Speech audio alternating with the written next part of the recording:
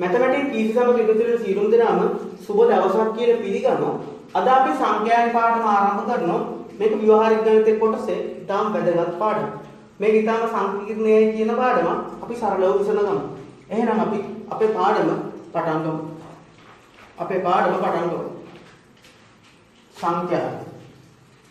සංඛ්‍යා කියන අපිට පේන සංඛ්‍යා පිළිබඳව කතා කිරීමක් තමයි තියෙන්නේ.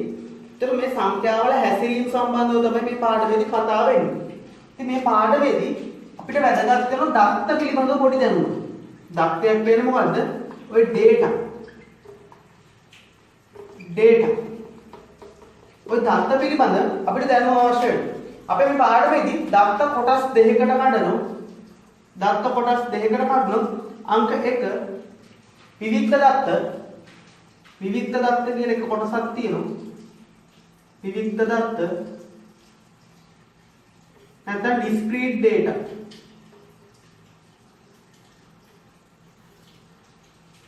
විවික්ත දත්තයක් කියන්නේ මොකද්ද? මෙන්න මේ වගේ දෙයක්. අපිට පූර්ණ සංඛ්‍යාවේ ඉදිරිපත් කරන දත්ත තමයි විවික්ත දත්තයක් කියලා කියන්නේ. ඒ පන්තියේ සිටින ළමුන් ගන්න අන්න ඒ වගේ දේවල් විවික්ත දත්ත. පූර්ණ සංඛ්‍යාව විදිහට ඉදිරිපත් කරන ඒවා තමයි විවික්ත දත්ත කියලා කියන්නේ. උදාහරණ ළමුන් ගන්න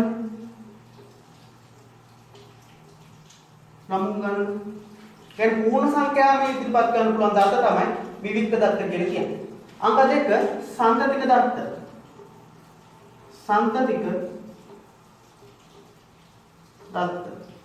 සන්තතික දත්ත කියන අපි continuous data.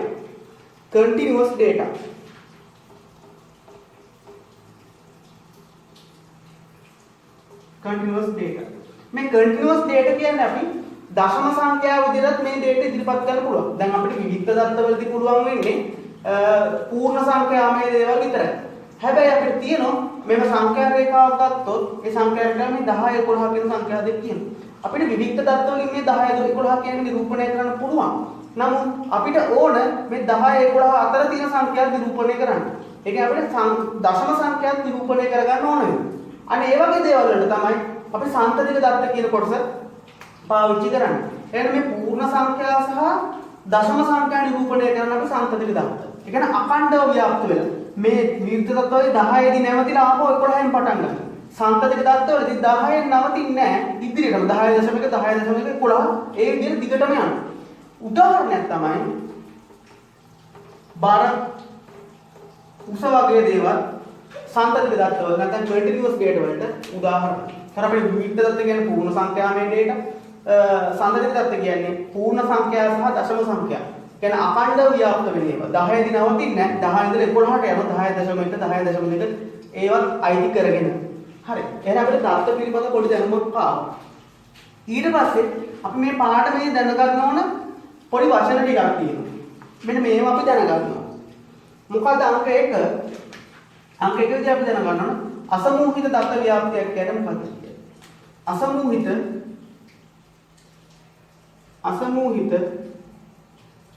දත්ත ව්‍යාප්තිය. මේ අසමූහිත කියනවා අපිට වෙන සමූහණය කරපු නැති කිසි පිළිවෙලක් නැති දත්තවල තමයි අසමූහිත දත්ත ව්‍යාප්තිය කියලා කියන්නේ. ඒ අසමූහිත දත්ත කියන එක අපිට නිකම්ම ලියන්න පුළුවන්. කිසියම් ඩේටා සෙට් එකක් දීලා තිබුණොත් අනේ අපි මේ ඩේටා සෙට් එකට කියන අසමූහිත දත්ත ව්‍යාප්තියක් කියලා. 5 6 7 ඔක දශම සංඛ්‍යාවක් තියෙනවා 7.5 8.5 ඔය විදිහට අසමූහිත දත්ත ව්‍යාප්තියක් අසමූහිත දත්ත සෙට් එකක් අපි කියනවා අසමූහිත දත්ත ව්‍යාප්තියක් කියලා. ඒ කියන්නේ අපිට එක දිගට ඒ කියන්නේ අපිට මේක කිසිම බලපෑමක් නෑ අපිට ඩේටා සෙට් එකක් දීලා අපි ඩේටා සෙට් එක නිකම් ලියාගෙන ගියොත් ඒකට කියන අපි අසමූහිත දත්ත ව්‍යාප්තිය. මේ අසමූහිත දත්ත ව්‍යාප්තිය අපිට සමහර වෙලාවදී කරදරයි. අනේ කරදරතාවය ඇති කරන්න අපිට එනවා අසමූහිත සංඛ්‍යාත ව්‍යාප්තිය කියලා එකක්. ඉතින් මේ අසමූහිත දත්ත ව්‍යාප්තිය අපිට එන්න පුළුවන් මේ 5 කියන එක තව සැරයක් આવොත් මොකද්ද වෙන්නේ? 5 කියන එක දෙසරයක් ඇවිල්ලා.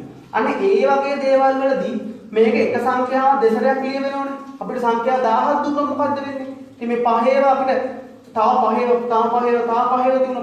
20ක් විතර තිබුණා. මේ 5 20ම ලියන්න ඕනේ. ඒතර ඒක තේරුමක් වෙන්නේ නැහනේ. එන්න ඒ ගැටලුව මගහරවන්න තමයි ඊළඟට අපිට එන්නේ අසමූහිත සංඛ්‍යාත ව්‍යාප්තිය කියන එක. මේ අසමූහිත දත්ත ව්‍යාප්තිය මේ රිපීට් වෙන සංඛ්‍යාව එනින්දා අනේ ගැටලුව මගහරව ගන්න අපිට සරලව ලියා ගන්න පුළුවන් වෙන අසමූහිත සංඛ්‍යාත ව්‍යාප්තියක් කියලා එකක්. අන්න බලමු අංක දෙකට අසමූහිත සංඛ්‍යාත ව්‍යාප්තියක් කියන්නේ මොකක්ද කියලා. අසමූහිත දත්ත ව්‍යාප්තියේ ගැටළු මඟහරවා එන්නේ තමයි අසමූහිත සංඛ්‍යාත ව්‍යාප්තියක් කියන්නේ. සංඛ්‍යාත ව්‍යාප්තිය. ඒක අපි මෙහෙම පැහැදිලි කරනවා. අපිට දත්ත සමූහයක් තියෙන මෙන්න මේ විදිහට. 5 5 5 6 6 7 8 8 9 9 ඔය විදිහට. අපිට පේනවා දැන් මේ සංඛ්‍යා සෙට් එකේ 5 කියන සංඛ්‍යාව 3 සැරයක් ඉදිරියට තියෙනවා. 6 කියන සංඛ්‍යාව 3 සැරයක් ඉදිරියට තියෙනවා. 7 කියන සංඛ්‍යාව 1 සැරයක් ඉදිරියට තියෙනවා. 8 කියන සංඛ්‍යාව 2 සැරයක් ඉදිරියට තියෙනවා. 9 කියන සංඛ්‍යාව 2 සැරයක් ඉදිරියට තියෙනවා. එහෙනම් අපිට පැහැදිලි මෙන්න මේ සංඛ්‍යා ව්‍යාප්තිය ගත්තට පස්සේ අපිට හරිය කරදරයක් මේ විදිහට ලියන්න ගියොත් මෙහෙම සංඛ්‍යා 1000ක් විතර આવොත් ඒක හරිය තේරුමක් නැහැ ලියන එක. මේ විදිහට අසමූහිත දත්ත ව්‍යාප්තියක් විදිහට ලියන එක තේරුමක් නැහැ. අන්න ඒ ගැටලුවට තමයි විසඳුම අසමූහිත සංඛ්‍යාත ව්‍යාප්තිය කියලා කියන්නේ. ඒතර මේ එක් සංඛ්‍යාව යෙදෙන තියෙන වාර සංඛ්‍යාව එම සංඛ්‍යාවේ සංඛ්‍යාතයේ විදිහට අපි හඳුන්වනවා. උදාහරණ මේ උදාහරණ ගත්තොත් 5 කියන සංඛ්‍යාවේ සංඛ්‍යාතයේ වෙන්නේ 3යි. කියන්නේ 5 යෙදිච්ච වාර ගන්න. 6 කියන සංඛ්‍යාවේ සංඛ්‍යාතයේ වෙන්නේ 3යි. ඒ කියන්නේ 6 යෙදිච්ච වාර ගන්න. 7 කියන සංඛ්‍යාවේ සංඛ්‍යාතයේ වෙන්නේ 1යි. ඒ කියන්නේ 7 යෙදිච්ච වාර ගන්න.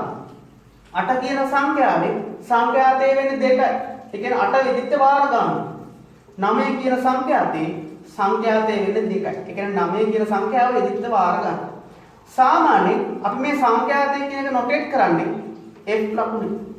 සිම්පල් F වකුරෙන් අපි මේ සංඛ්‍යාතය කියන එක නොටේෂන් එක විදිහට ඉදිරිපත් කරනවා. ඒතර අසමූහිත සංඛ්‍යාත ව්‍යාප්තියක වෙන්නේ කිසියම් සංඛ්‍යාවක් රිපීට් වෙනවා නම් ඒ සංඛ්‍යා ලිස්ට් එක අපිට ලියන්න පුළුවන් මේ විදිහට.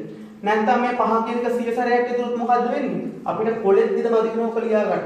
අන්න ඒ ගැටලුවට විසඳුම තමයි අසමූහිත සංඛ්‍යාත ව්‍යාප්තිය. කියන්නේ එක් සංඛ්‍යාව ඉදන වාර ගන්න විදිහට අපි ටේබල් එකක් විදිහට ලියනවා. හරි. එතකොට මේ 5 කියන සංඛ්‍යාවේ සංඛ්‍යාතය වෙන්නේ 3යි. ඒකෙ දෙදිච්ච වාර ගන්න. හරි. අපි මේක ටේබල් එකකට ඇතුළත් කරන්නේ කොහොමද කියලා බලමු. මේක ටේබල් එකකට ඇතුළත් කරන්නේ කොහොමද කියලා බලමු. මේ අසමූහිත සංඛ්‍යාත සෙට් එක අපි ටේබල් එකකට ඇතුළත් කරන්නේ කොහොමද කියලා බලමු. මට දීලා තියෙන මෙහෙම ඩේටා සෙට් එකක්. පන්තිය කියන ළමයිගේ ලකුණු. පන්තිය කියන ළමයිගේ ලකුණු මෙන්න මේ විදිහට දීලා තියෙනවා. 64 තියෙන ළමුන් දෙන්නෙක් ඉන්නවා. 64 තියෙන ළමුන් දෙන්නෙක් ඉන්නවා. 65 තියෙන ලකුණු 65 තියෙන ළමුන් 4 දෙනෙක් ඉන්නවා. 66 තියෙන ළමුන් 5 දෙනෙක් ඉන්නවා. 66 තියෙන ළමුන් 5 දෙනෙක් ඉන්නවා. 68 තියෙන ළමුන් 3 දෙනෙක් ඉන්නවා. 72 තියෙන ළමුන් 1 කෙනෙක් ඉන්නවා. දැන් අපිට පැහැදිලි මෙන්න මේක මේ අසමූහිත දත්ත ව්‍යාප්තියක් විදිහට ලියුවොත් මොකද වෙන්නේ? 64 ඒව දෙක 65 4 66 5 68 ඒව තුන ඔය විදිහට ලියන්න. ඒක හරිය කරදරයි. අන්න ඒකට විසඳුම තමයි මේ අසමූහිත සංඛ්‍යාත ව්‍යාප්තිය. අපි ඒක ලියන්නේ මෙන්න මේ විදිහට ටේබල් එකේ. ටේබල් එකේ තීරු දෙකක් තියෙනවා. පළවෙනි තීරුවෙන් අපි සංකේතවත් කරනවා අපේ අදාළ ලකුණ. මෙතන නම් ලකුණ. ඒ කියන්නේ අපිට ඒ වාර ගන්න යෙදෙන සංඛ්‍යාව අපේ දත්තය. මේක අපේ සංඛ්‍යාතය අපි නිරූපණය කරනවා. ඒ කියන්නේ වාර ගන්න නැත්නම් වාර ගන්න සංඛ්‍යාත කියන්නේ වාර ගන්න. වාර ගන්න. එතකොට මේ 64 කියන එක ඒකෙ දිච්ච වාර ගන්න ඊට ඉස්සරහින් ලියන දෙක. 65 කියන එක ඒකෙ දිච්ච වාර ගන්න 4 ඉස්සරහින්. 66 කියන එක ඒකෙ දිච්ච වාර ගන්න ඉස්සරහින්. 68 කියන එක ඒකෙ දිච්ච වාර ගන්න ඉස්සරහින්. 72 කියන එක ඒකෙ දිච්ච වාර ගන්න ඉස්සරහින් දෙන එකයි. ඔය විදිහට අපි ඒ සංඛ්‍යා ඒවේ වාර ගන්න ඉස්සරහින් ලියලා ඔය විදිහට සකස් කරොත් අපි කියනකොට අසමූහිත සංඛ්‍යාත ව්‍යාප්තියක් කියනවා. හරි. ඒක පැහැදිලි. ඊළඟට අපි මේ පාඩම ඉස්සරහට කරගෙන යනකොට අපිට අවශ්‍ය වෙනවා සමූහිත සංඛ්‍යාත ව්‍යාප්තියක් පිළිබඳව දැනගන්න. දැන් මේ අසමූහිත දත්ත ව්‍යාප්තිය ගැටුම ගහරවල අසමූහිත සංඛ්‍යාත ව්‍යාප්තිය. අසමූහිත සංඛ්‍යාත ව්‍යාප්තිය තියෙන ගැටුම ගහරවල අපිට සමූහිත සංඛ්‍යාත ව්‍යාප්තියක් කියනවා. ඇයි එහෙම එන්නේ? මොකද මාතෘකාව සමූහිත සංඛ්‍යාත ව්‍යාප්තිය. සමූහිත සංඛ්‍යාත ව්‍යාප්තිය. අපි දැන් ඔය අසමූහිත සංඛ්‍යාත ව්‍යාප්තියක් ගත්තොත් අපිට කියනවා 64 ඉදිරිය තියෙන 5 වතාවක්. 67 ඉදිරිය තියෙන 8 වතාවක්. 69 ඉදිරිය තියෙන 10 වතාවක්. ওই විදිහට අපිට ලියන්න පුළුවන්. ඉතින් අපිට පේනවා ওই විදිහට ඕක දුන්නොත් 1000ට යනකම් 100 දෙල් තියෙන 5000 කොයි දෙල් තුන. ඒතර ඒකත් අපිට කරදරයි. ඒකත් අපිට එතන පිටු කරනවා අපි ඔක ලියන්නේ කියලා. ඔන්න ඕකට විසඳුමක් විදියට තමයි මේ සමූහ සංඛ්‍යාත ව්‍යාප්තිය වෙලා තියෙන්නේ. ඒකදී අපි කරන්නේ කිසියම් ප්‍රාන්තරයක් අරගෙන ඒ ප්‍රාන්තරයේ තියෙන ඒවා නියෝජනය කරන්න අදාළ සංඛ්‍යාත නිරූපණය කරනවා. දැන් මේ 64යි 69 ගත්තොත් අපි ගමු ප්‍රාන්තරයක් 64යි 69 නැත්නම් 64යි 70 අතර කොච්චර සංඛ්‍යා ප්‍රමාණයක් මේ 64ත් ඇති වෙන්නේ 64 77ට 67ත් ඇති වෙන්නේ 4ට 69ත් ඇති වෙන්නේ 4ට. ඔන්න ওই විදිහට අපි මේ පන්ති ප්‍රාන්තරයක් අරගෙන මේ දත්ත ටික ලියුවොත් අන්න අපි ඒකට කියන සමූහික සංඛ්‍යාත ව්‍යාප්තියක් කියලා. පන්ති ප්‍රාන්තරයක් අරගෙන ලියනවා. අපි උදාහරණයක් බලමු. මෙන්න මේ වගේ උදාහරණයක් අපට තියෙනවා. එක්තරා ආයතනයක සේවකයන්ගේ වැටුප් මෙන්න මේ විදිහට සමූහික සංඛ්‍යාත ව්‍යාප්තියක් විදිහට ඉදිරිපත් කරලා තියෙනවා. දැන් එක් වැටුප් එක සේවකයෝ එක වැටුප් ගන්නෝනේ. දැන් රුපියල් 150 ගත්ත සේවකයෝ 10ක් ඉන්නවනම් 155 ගත්ත සේවකයෝ 12 දෙනෙක් ඉන්නවනම් ওই විදිහට අපිට සේවකයෝ 1000කට ඔක ලියන්න වෙනවා.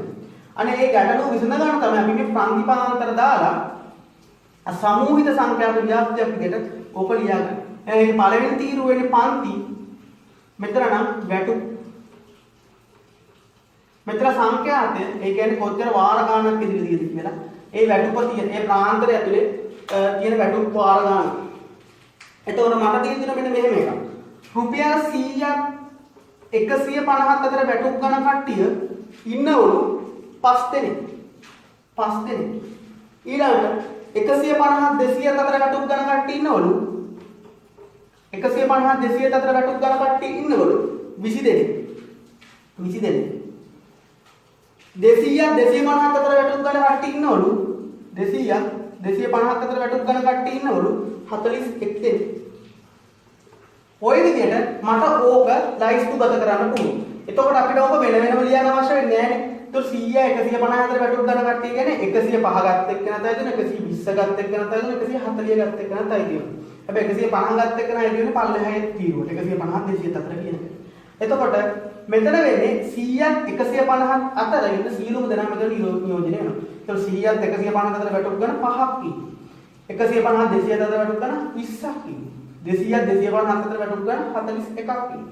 එතකොට අපි අර අසමූහිත සංඛ්‍යාත ව්‍යාප්තියෙන් එන ගැටලුව මග හරවගෙන මේක ඒ අසමූහිත සංඛ්‍යාත ව්‍යාප්තියන ටේබල් එක තව පොඩි කරලා සමූහිත සංඛ්‍යාත ව්‍යාප්තියක් විදිහට අපි දාලා තියෙනවා. ඒතර අපි අසමූහිත දත්ත වල ගැටලුව මග හරවලා අසමූහිත සංඛ්‍යාත ව්‍යාප්තියව අසමූහිත සංඛ්‍යාත ව්‍යාප්තියේ තියෙන ගැටලුව මග හරවගෙන සමූහිත සංඛ්‍යාත ව්‍යාප්තිය ඇවිල්ලා තියෙනවා. එතකොට මේ සමූහිත සංඛ්‍යාත ව්‍යාප්තිය අපිට පේන්නේ ප්‍රාන්ති පාන්තර කියලා කියවනේ මම මේවයි. මේ ප්‍රාන්ති පාන්තර වල අපි දැනගන්න ඕන අගයන් ටිකක් දැනගන්න ඕන කරුණු ටිකක් තියෙනවා. දැන් මම උදාහරණයක් විදිහට 150 සහ 200 පන්තිය ගමු. 150යි 200යි පන්තිය ගත්තට පස්සේ මට අංක 1ට අර්ථ දක්ව ගන්න ඕන මෙන්න මේවා දැනගන්න ඕන. ඉහළ මායිම සහ පහළ මායිම. ඉහළ මායිම ඊළඟ පහළ මායිම දැනගන්න ඕන. පහළ මායිම දැනගන්න. ඒතර මේ 150 200 අතර කියන එකේ අපි බලන්න ඕන ඉස්සර ඉහළ මායිමයි පහළ මායිමයි හොයන්න කලින් මේ පන්ති පටන් ගන්න තැන සමානද කියලා. මේ 100 150යි. මේ දෙයට කියනනම් අවුලක් නැහැ. 150න් ඊළඟ තැන පටන් ගන්න තියෙන්නේ මේක 200න් ඉවර වෙනවා. ඊළඟ ඩේට් එක 200න් පටන් අරගෙන 250න් ඉවර වෙනවා. අන්න එතකොට ප්‍රශ්නයක් වෙන්නේ නැහැ. නමුත් ඕක සමහර අවස්ථාවලදී ප්‍රශ්නයක් වෙනවා. මම මේ ප්‍රශ්නයක් වෙන තැනක් දැන් පැහැදිලි කරනවා. නමුත් අපි ඉස්සෙල්ලා මේකෙන් අවබෝධයක් ගමු. 100 150යි 150න් තමයි ඊළඟ පන්තිය පටන් ගන්න තියෙන්නේ. ඒතර ප්‍රශ්නයක් නැහැ. 200යි 200න් තමයි ඊළඟ පන්තිය පටන් ගන්න තියෙන්නේ. ඒතර මේක ඉහළ මායිම වෙන්නේ 150. ඉහළ මායිම වෙන්නේ 200. ඒ කියන්නේ මේ පන්තියේ ඉහළින් ඉන්න එක්කෙනා 200. පහළ මායිම කියන්නේ පන්තිය පහළින් ඉන්න එක්කෙනා. ප්‍රාන්ති පාන්තරයේ ඉහළින් ඉන්න එක්කෙනා ඉහළ මායිමත් පහළින් ඉන්න එක්කෙනා පහළ මායිමත් විදිහට අපි අර්ථ දක්වමු. ඒතර මේ 150 200 කියන පන්තියේ ඉහළ මායිම 200 පහළ මායිම 150. 200 250 කියන පන්තියේ ඉහළ මායිම 250 පහළ මායිම 200. ඉතින් ඕක අපි දැනගන්නවා. ඊළඟට අපි දැනගන්නවා පන්තියේ තරම.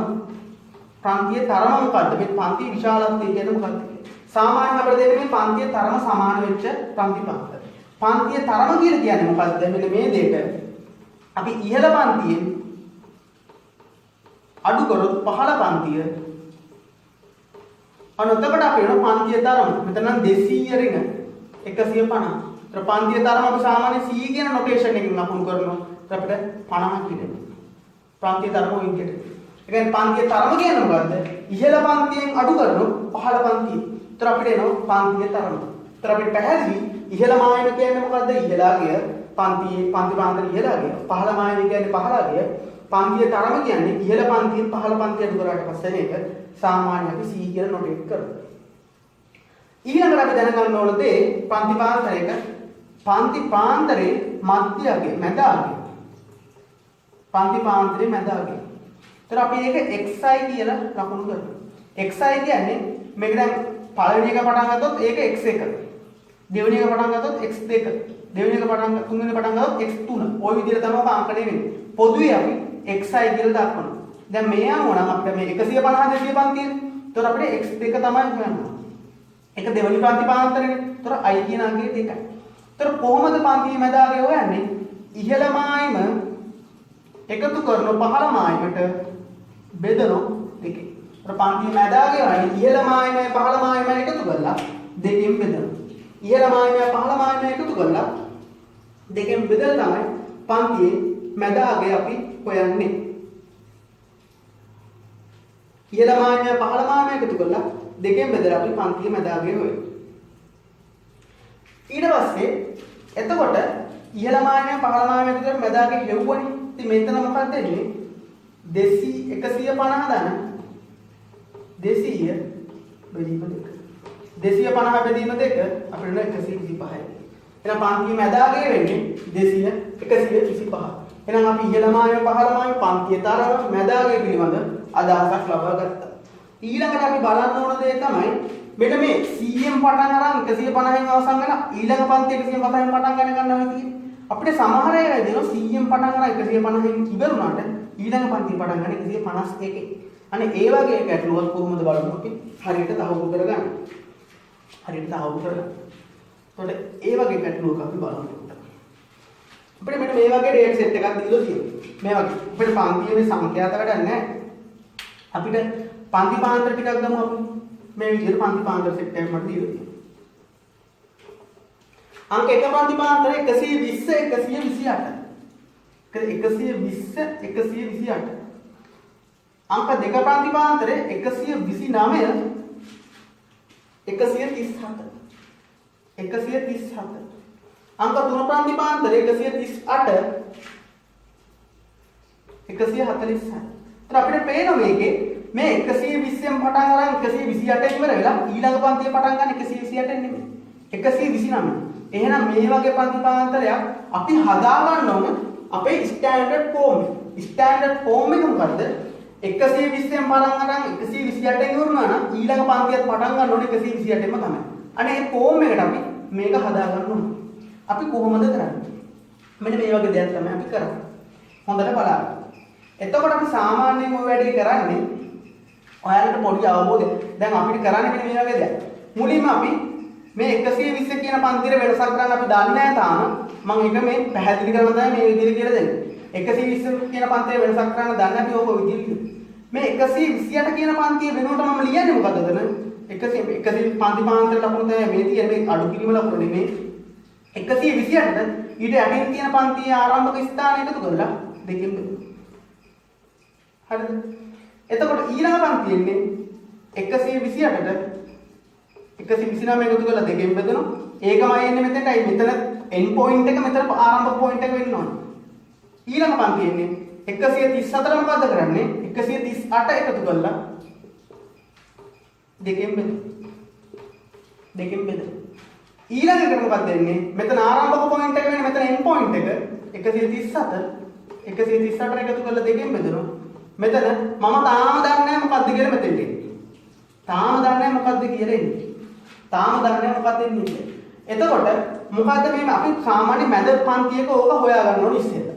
මේ මම දෙපැත්ත පන්තිය වලින් හොයන්න කලින් මැද පන්තියක ඕක හොයා ගන්නවා. එතකොට මැද පන්තියක ආරම්භක පොයින්ට් එක වෙන්නේ ඒකේ ආරම්භක පොයින්ට් එකත් ඉහළ පන්තියේ අවසාන පොයින්ට් එකත් එකතු කරලා දෙකෙන් බෙදනවා. ඊළඟ එකනේ ඒකේ අවසාන පොයින්ට් එකත් ඊළඟ පන්තියේ ආරම්භක පොයින්ට් එකත් එකතු කරලා දෙකෙන් බෙදනවා. ඔය විදිහට සෙට් එකක් තියුණා ඕක ඔය විදිහට තමයි කරන්නේ. හැබැයි මේ ආරම්භක පන්තිය සහ අවසාන පන්තිය පිළිබඳ අපිට අදහසක් ගන්න බෑ දැන්. ආරම්භක පන්තියේ මේ ආරම්භක පිළිතුමත් අවසාන පිළිතුමත් ගැන අදහසක් ගන්න බෑ. ඒකට එකතු කරන්න පොයින්ට් එකක් අපිට නැහැ. මෙතනට එකතු කරන්න එකක් නැහැ. එහෙනම් අපි මොකද්ද කරන්න ඕන? අනිත් පන්ති ටික ඉස්සෙල්ලා හදා ගැනීම තමයි කරන්න ඕන. එතකොට මේ 120 අපි මැද පන්ති ඉස්සෙල්ලා ගන්නවා. එහෙනම් 128 129 එකතු කරලා දෙකෙන් බෙදුවම අපිට එන්නේ 128.5 කියලා. එතකොට මේ මගේ 129 137 කියන පන්තිය මම සකස් කරගන්නවා. මොකද්ද? 128 129 එකතු කරලා දෙකෙන් බෙදුවම එන්නේ 128.5. 128.5. ඊළඟට 134 138 එකතු කරලා දෙකෙන් බෙදුවම එන්නේ 137.5. 137.5. එහෙනම් මට පැහැදිලි මේ 129 137 කියන පන්තිය මගේ ස්ටෑන්ඩඩ් ෆෝම් එකේ මම හදාගත්තා. 128.5 137.5. ඊළඟට අපිට මොකද්ද කරන්න ඕන? මේ පන්ති දෙකේ ආරම්භක සහ අවසාන පොයින්ට් හොයාගන්න ඕන. එහෙනම් අපි බලනවා මේ පන්ති වල තරම සමාන වෙන්න. ඒ කියන්නේ පන්තියේ පරතරය සමාන වෙන්න. එහෙනම් මේ පන්තියේ තරම C කියන්නේ මොකද්ද? 137.5න් අඩු කරනවා 128.5. අපිට එන්නේ මොකද්ද? අඩු කරාට පස්සේ ඔක එන්නේ 9 කියලා. 9 කියලා එනවා. එහෙනම් මේ හැම පන්තියකම තරම වෙන්න ඕන 9. තරම වෙන්න ඕන 9. එහෙනම් අපි කොහොමද මේක හොයන්නේ? එතකොට අපි මේ පළවෙනි පන්තියේ ආරම්භක පොයින්ට් එක තාම දන්නේ නැහැ. මේ පළවෙනි පන්තියේ 120යි 128යි. ඔක අපි කන්වර්ට් කරනකොට අපි ආරම්භක පොයින්ට් එක තාම දන්නේ නැහැ. හැබැයි අවසාන පොයින්ට් එක දන්නවා. 128 129 එකතු කරලා දෙකෙන් බෙදෙන පොයින්ට් එක. කියන්නේ 128.5 කියන පොයින්ට් එක අපි ගන්න. අපි දන්නවා පන්තිය පළල 9ක් වෙන්න නම් පන්තිය පළල 9ක් වෙන්න නම් මේ ආරම්භක පොයින්ට් එක මොකක්ද දෙන්න ඕන? අපි ඒක x කියලා දාගත්තොත් 128 ඉහළ මායිමෙන් අඩු කරොත් පහළ මායිමෙන් අපිට එන්න ඕන 9. ඒතර s කියන එක එන්නේ මොකද්ද? 128.5 අඩු කරන 9. ඒතර 128.5 9ක් අඩු කරාම මට එන්නේ මොකද්ද? 119.5. එහෙනම් 119.5 තමයි මේ s එන්න ඕන. එහෙනම් s කියන වැලියු එක මොකද්ද? 100 මෙහෙම පන්ති දෙකේ තරම සමාන කරලා අපිට ගන්න පුළුවන්. එහෙනම් s කියන වැලියු එක 119.5. 119.5. ඔය විදිහට මට 138 146 කියන පන්තිය මේ විදිහට හදන්න පුළුවන්. මම ඒක ආරම්භක පොයින්ට් එක දානවා මෙතන එන්ඩ් පොයින්ට් එක 137.5. ඒත් මම අවසාන පොයින්ට් එක දාන්න එක x කියලා දාගත්තා. ඒතොර s කියන එක ගන්න පුළුවන් නේද මේ විදිහට? s කියන අඩු කරොත් 137.5 මට එන්න ඕන 9. ඒත් s කියන්නේ 137.5 ධන 9. ඒතොර එන්නේ s කියන එක 146.5. එහෙනම් මට මේ s කියන එක එනවා 146.5. එතකොට අපි මොකක්ද කරේ? අපි ඔය අසමාන විදිහට තිබුණු පන්ති පාන්දර මේ සමාන ආරම්භක සහ අවසාන පොයින්ට් සමාන වෙන විදිහට හදාගත්තා. ඒක හදාගනකොට අපි ඉස්සෙල්ලා මැද පන්තියක් හදාගෙන ඒකේ පන්තියේ තරම නැත්නම් පන්තියේ පළල අපි හොයාගත්තොත් හොඳයි. හොයාගත්තොත් අපිට මේ ආරම්භක පන්තිය හිතලා ගන්න පුළුවන්. නැත්නම් මොකද්ද? ආරම්භක පන්තිය මේක 0.5 පොයින්ට් වලින් ගිහිල්ලා තියෙන්නේ. ආරම්භක පන්තිය අනිවාර්යෙන් එන්නේ මේට වඩා අඩු 0.5ක් අඩුවෙන් එන පොයින්ට් එක. මේට 0.5ක් අඩුවෙන් එන පොයින්ට් එක 119.5. මෙතන එන්නේ ඊට 0.5ක් වැඩියෙන් එන පොයින්ට් එක 146.5.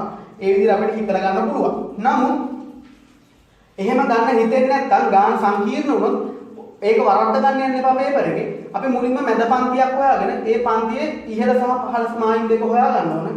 හොයාගෙන පන්තියේ තරම හොයාගෙන ඉතින් මේ මැද ටික අපිට හොයාගෙන යන්න පුළුවන් මේ පළවෙනි පන්තියයි අන්තිම පන්තියයි හොයාගන්න අමාරු. ඒකේ පළවෙනි සංඛ්‍යාව අන්තිම සංඛ්‍යාව.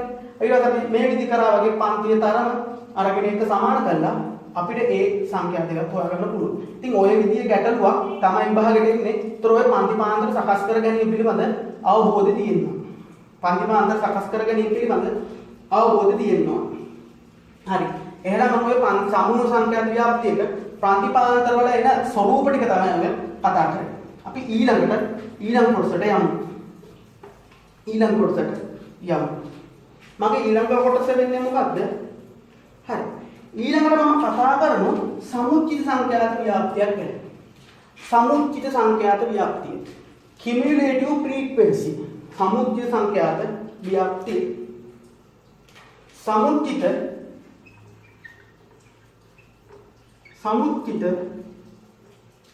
සංඛ්‍යාත ව්‍යාප්තිය. සමුච්චිත සංඛ්‍යාත නැත්නම් cumulative frequency.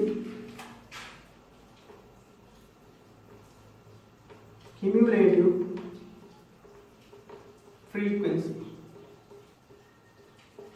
Immediate frequency කියලා අපිට. එතකොට සමුච්චය සංඛ්‍යාත ව්‍යාප්තියක් බලමු. සමුච්චය සංඛ්‍යාත ව්‍යාප්තියක් කියන්නේ මොකක්ද? අපිට සමුච්චය සංඛ්‍යාත ව්‍යාප්ති දෙකක් තියෙනවා. මේක දැන් ඉස්සෙල්ලම තේරුම් නැති කියලා කලබල වෙන්න එපා. දෙකක් තියෙනවා මම උදාහරණකින් පැහැදිලි කරනවා. දෙකක් තියෙනවා වඩා අඩු සමුච්චය සංඛ්‍යාත ව්‍යාප්තිය සහ වඩා වැඩි සමුච්චය සංඛ්‍යාත ව්‍යාප්තිය. Lesser than cumulative frequency and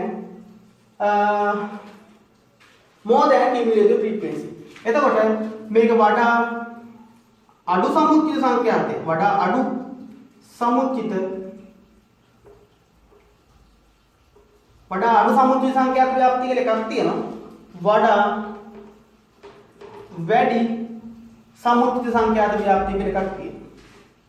සමුච්චිත සංඛ්‍යාත ව්‍යාප්තිය කියලා එකක් තියෙනවා. වඩා අඩු සමුච්චිත සංඛ්‍යාත ව්‍යාප්තිය සහ වඩා වැඩි සමුච්චිත සංඛ්‍යාත ව්‍යාප්තිය කියලා සමුච්චිත සංඛ්‍යාත ව්‍යාප්ති දෙකක් අපිට තියෙනවා.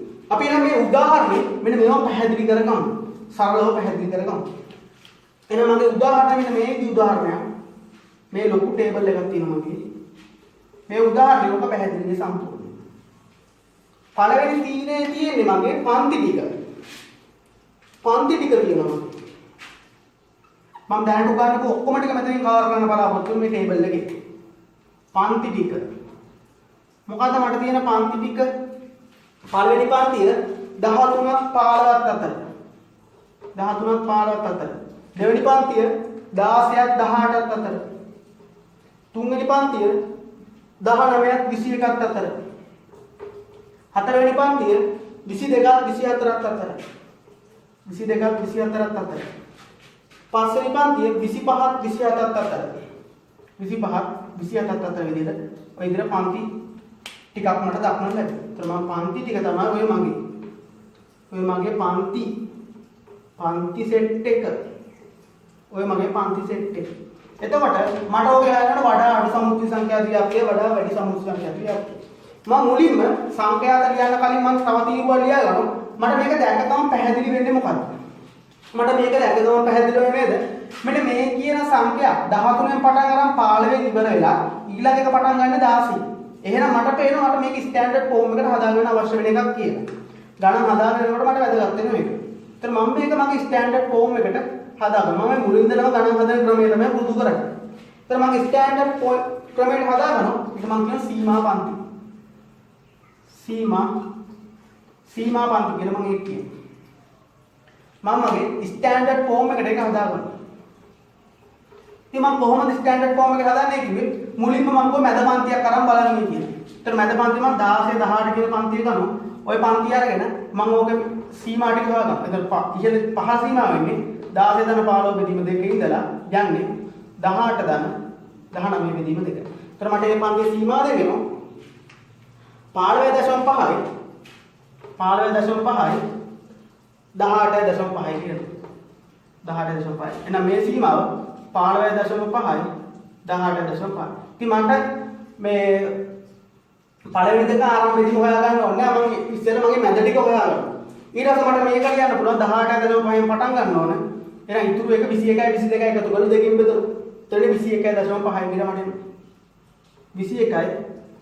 21.5. මෙතන 18.5 21.5 කියලා මට ඊළඟ පන්තියේ 21.5යි මේ පොයින්ට් එකෙන් තමයි පටන් ගන්න ඕනේ. 24යි 25යි එකතු කරලා දෙකෙන් බෙදමු. එතකොට මට එනවා 24.5යි. 24.5 කියලා මට.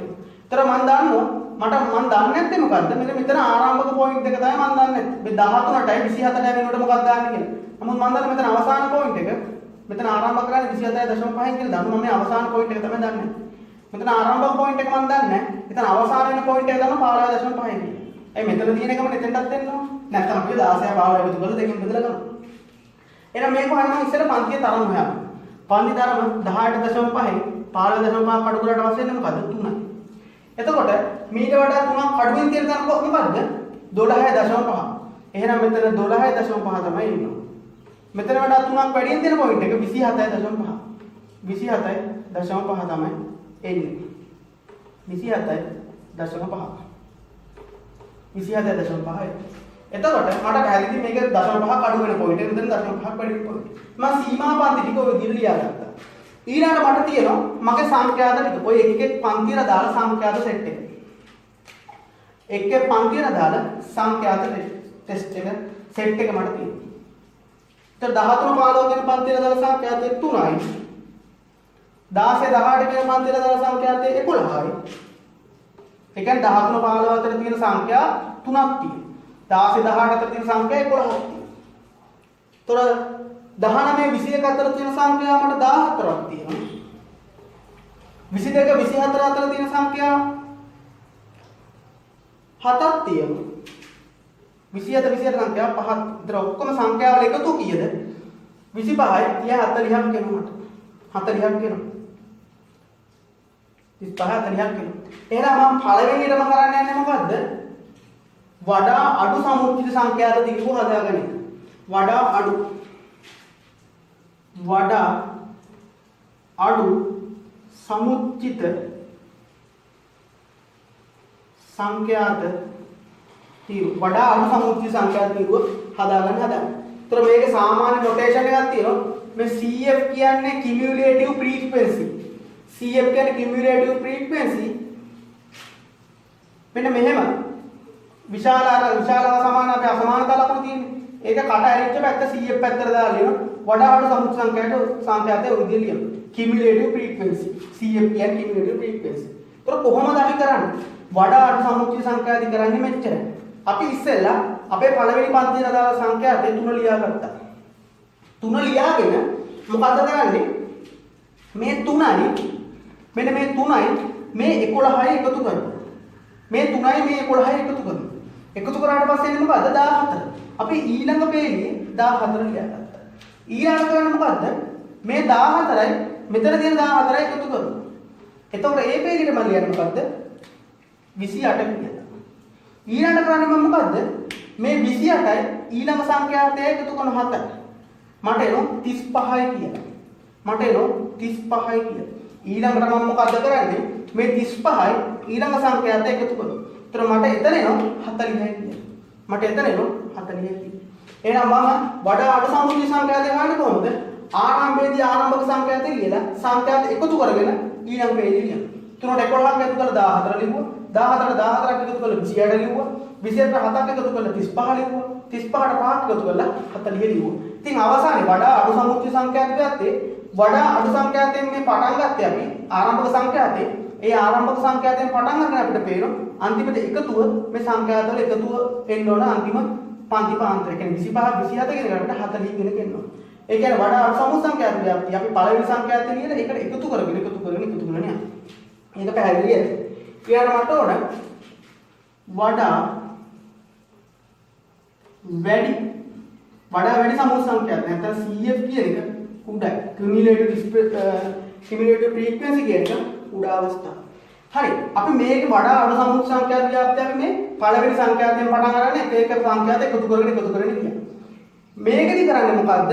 අපි සංඛ්‍යාතවල එකතුව 40යි කියලා දන්නවා. ඔය 40න් පටන් ගන්න. ඔය 40න් තමයි ආරම්භ කරන්නේ. පළවෙනි පන්තියට 40 දානවා. 40 දාලා මොකද්ද කරන්නේ? ඒ පන්තියේ තියෙන අගය 3යිනේ. ඔය 3ෙන් අඩු කරලා එන එක ඊළඟට දානවා. 4ෙන් 3ක් අඩු කරාට පස්සේ 37යි. ඒ කියන්නේ අපි වඩා අඩු සමුච්චිත සංඛ්‍යාත පටන් ගන්න මේ සංඛ්‍යාතවල එකතුවෙන්. ඒ එකතුවෙන් ආපු මේ 40 කියන එකෙන් අඩු කරනවා ඒ පන්තියේ සමුච්චිත වඩා අඩු සමුච්චිත සංඛ්‍යාතයක් දෙන්නේ නෙමෙයි. නියම ඔරිජිනල් සංඛ්‍යාතයෙන් අඩු කරාට පස්සේ 4ෙන් 3ක් අඩු කරාම 37යි. ඊළඟ මොකද කරන්නේ? ඊළඟ තීපේලිය ආපු එක අපි මේ 38න් 11ක් අඩු කරලා ලියනවා. 37 11ක් අඩු කරාට පස්සේ අපිට එනවා 26 කියලා. ඊළඟට අපි මොකද කරන්නේ? මේ 26න් 14ක් අඩු කරලා ලියනවා. අපිට එනවා 12යි කියලා. ඊළඟට මොකද කරන්නේ? මේ 12න් 7ක් අඩු කරලා ලියනවා. අපිට එනවා 5යි කියලා. එහෙනම් අන්තිමට මොකද වෙලා තියෙන්නේ? අන්තිම සංඛ්‍යාතයට සමාන සංඛ්‍යාත තමයි එතන ඇවිල්ලා තියෙන්නේ. 5 කියන එක අපිට එනවා. අපි හරිද වැරදිද බලන්න ඔය විදියට. මේ වඩා අඩු සමුච්චිත සංඛ්‍යාතය හරිද වැරදිද බලන්නේ අපි මේ සංඛ්‍යාතයෙන් පටන් අරන් ඉක්තු කරන ගිහිල්ලා අන්තිමේ පේලියට එහෙනම් අන්තිම පන්ති පාන්තරයට අපිට ඇවිල්ලා තියෙන්න ඕන ඒ මේ අපේ සංඛ්‍යාත ඔරිජිනල් සංඛ්‍යාත සෙට් එක එකතු වඩා වැඩි සමුච්චිත සංඛ්‍යාතයක් තියෙදි මොකද්ද කරන්නේ අපි මේ සංඛ්‍යාත වල එකතුවෙන් පටන් අරගෙන අපි මේ අදාළ පන්ති පාන්තරයට අදාළ සංඛ්‍යාතයෙන් අඩු කරලා ඊළඟ පේලිය ලියනවා එහෙම ගිහිල්ලා අන්තිමේදී ඒ අන්තිම සංඛ්‍යාතයට අදාළ සංඛ්‍යාතය එතන ඇවිල්ලා තියෙන්න ඕන එහෙනම් ඔය විදියට තමයි වඩා අඩු සහ වඩා වැඩි සමුච්චිත සංඛ්‍යාත අපි ටේබල් එකකට ගන්න. ටේබල් එකකට ගන්නෙ ඔන්න ඔය විදිහට තමයි. හරි. එහෙනම් අපි වඩා අඩු සහ වඩා වැඩි සම්මුඛ සංඛ්‍යාත ලියන හැටි හොඳට අවබෝධයෙන් අපිට මාධ්‍ය මධ්‍යස්ථයේ මොනකොට මෙන්න මේක පොඩ්ඩක් අවශ්‍ය වෙනවා. ඒක හොඳ අවබෝධය තියාගන්න. හරි. ඊළඟට මම තා පොඩි කොටසක් කරනවා. තා පොඩි කොටසක් කරන මේ සිග්මා අංකණය සම්බන්ධයෙන් අපි දැනගන්න ඕන දේවල්. සිග්මා අංකණය. සිග්මා අංකණය. සිග්මා අංකණය සිග්මා නොටේෂන්. මේ සිග්මා නොටේෂන් එක අපිට එන්නේ මොකද්ද? සිග්මා නොටේෂන් මේ අපේ සිග්මා කියන නොටේෂන් එක අපිට එන්නේ එකතුවක් සම්බන්ධව මොකක් හරි තියෙනවා නම් අපිට ඔය සිග්මා නොටේෂන් එක කියනවා. එකතුවක් මේවා දිග සංඛ්‍යා සෙට් එකක් එකතුවක් තියෙනවා. මේක එකට එකතු කරලා ලියන තමයි සිග්මා කියන නොටේෂන් එකේ එන්නේ. මම උදාහරණයකින් පැහැදිලි කරන්නම්. අපිට සංඛ්‍යා සෙට් එකක් තියෙනවා 1 ධන 2 ධන 3 ධන 4 තිප්පේය. මේක n වෙනි සංඛ්‍යාවට වෙනකන් එකතුව තියෙනවා. ඉතින් මේ 1 2 එකතු කරාම 3 3 3 එකතු කරාම 6 6 4 එකතු කරාම 10 ඔය විදිහට n සංඛ්‍යා ප්‍රමාණයක් තියෙනවා. අපි n කියන එක දන්නේ නැහැ තාම. එහෙනම් අපිට ඕක මෙහෙම ප්‍රසාරණය තියෙන එක එකතු කරලා ලියන්න පුළුවන් මෙන්න මේ විදිහට. සිග්මා නොටේෂන් එක අපි එකතුවක් දාමු. මෙතන ආරම්භක පොයින්ට් එකක් තියෙනවා. මෙතන අවසාන පොයින්ට් එකක් තියෙනවා. අපිට පේන මේක අවසන් වෙලා තියෙන මේ n කියන පොයින්ට් එක. එහෙනම් උඩට n දාමු. ඒතර අපි ආරම්භක පොයින්ට් එක වෙන්නේ i සමානයි 1 ඉඳලා. ඒ කියන්නේ i කියන එක. මොකක් හරි i කියලා වැලියු එකක් ගන්නවා. ඒක එකෙන් පටන් ගන්න කියලා ගන්නවා. සිග්මා i කියලා මෙතන දාමු. මොකද වෙලා තියෙන්නේ? අපේ ආරම්භක පොයින්ට් එක මෙතන එකෙන් පටන් අරන් තියෙන්නේ. ඒකට අදාළ i සමානයි එකෙන් පටන් අරන් int යනවා. ඉතින් මම මේක ප්‍රසාරණය කරුවොත් මට එන්නේ මොකද්ද? මේ i කියන තැන ආරම්භය එකෙන් පටන් ගන්න. 1. සිග්මා වලින් කියන්නේ එකතු කිරීම. ඊළඟට i එකෙන් පස්සේ තියෙන්නේ මොකද? n දක්වානේ යන්නේ 2. ධන. ඊළඟට තියෙන්නේ මොකද්ද? 3. ඊළඟට 4. ওই විදිහට ගිහලා n දක්වා යන්නේ. එහෙනම් මේ සිග්මා කියන නොටේෂන් එකෙන් අපි මොකද්ද කරන්නේ? මේ විස්තරණය වෙන විදිහට සංඛ්‍යා සෙට් එක එකතුවක් විදිහට තනි මේ නොටේෂන් එකෙන් අපි ඉදිරිපත් කරනවා. ඒතර මෙතන ආරම්භක පොයින්ට් එක ගත්තා i සමාන 1 ඉඳලා n දක්වා n කියලා i සමාන 1 කියලා අවසාන පොයින්ට් එක අපේ n පොයින්ට් එක. එතකොට මේ i කියන්නේ අපේ මේ ෆන්ක්ෂන් එකක් විදිහට තමයි ක්‍රියාත්මක කරන්නේ. මේ සංඛ්‍යා සෙට් එකම නිරූපණය කරන ගත්ත එක නොටේෂන් එකක් තමයි i කියලා අපි හඳුන්වලා දීලා තියෙන්නේ. අපි ඕකට පොඩි උදාහරණ සෙට් එකක් බලමු. උදාහරණ ටිකක් බලමු. අපිට මෙන්න මේ උදාහරණයක් දෙන්න මුලින්. සිග්මා i සමාන 1 සිට 3 දක්වා i සමාන 1 සිට 3 දක්වා r වර්ග ධන 1 r වර්ග ධන 2 කියන එක කොහොමද අපි ප්‍රසාරණය කරන්නේ? මොය එකතුවක් විදිහට තියෙන එකක් තමයි ඔය අපි එකතු කරලා ලියලා තියෙන්නේ. මෙන්න මේ තමයි අපි එකතුවේ ෆන්ක්ෂන් එක. අපි දන්නවා i එකෙන් පටන් අරන් 3 වෙනකන් යන්නේ. 1 2 3 i නෙමෙයි මෙතන i එන්න ඕන. නැත්නම් මෙතන r නම් මෙතන r එන්න. එතකොට මෙතන තියෙන එකම තමයි මෙතනටත් එන්න ඕන. ඒතර r කියන එක එකකින් පටන් අරන් 3 වෙනකන් තමයි ගිහිල්ලා තියෙන්නේ. එහෙනම් අපි මොකද්ද කරන්නේ? මේක එකතුව අපි එකතුව මේක ප්‍රසාරණය කරලා ලියුවොත් මුලින්ම r ට 1 දාලා ලියනවා. 1 වර්ග ධන 2 ඕක 1. එකතු කිරීම r ට 2 දාලා ලියනවා. 2 වර්ග ධන 2. r ට 3 දාලා ලියනවා. 3 වර්ග ධන 2. ඒතර මෙතන එන්නේ 1 වර්ග කියන්නේ 1යි 3 ධන 4යි 6යි 9යි 11. ওই සංඛ්‍යා සෙට් එකකින් එකතු. ඉතින් ඕක ওই විදිහට ප්‍රසාරණය කරලා ලියන්න පුළුවන්. ওই විදිහටම අපිට බෙදීමක් තියෙන එකක් ප්‍රසාරණය කරලා ලියන්න පුළුවන්. මේ විදිහට. සිග්මා i සමාන 1 ඉඳලා 3 දක්වා 1ට r කියන එක. 1ට i කියන එක. කොහොමද අපි ලියන්නේ?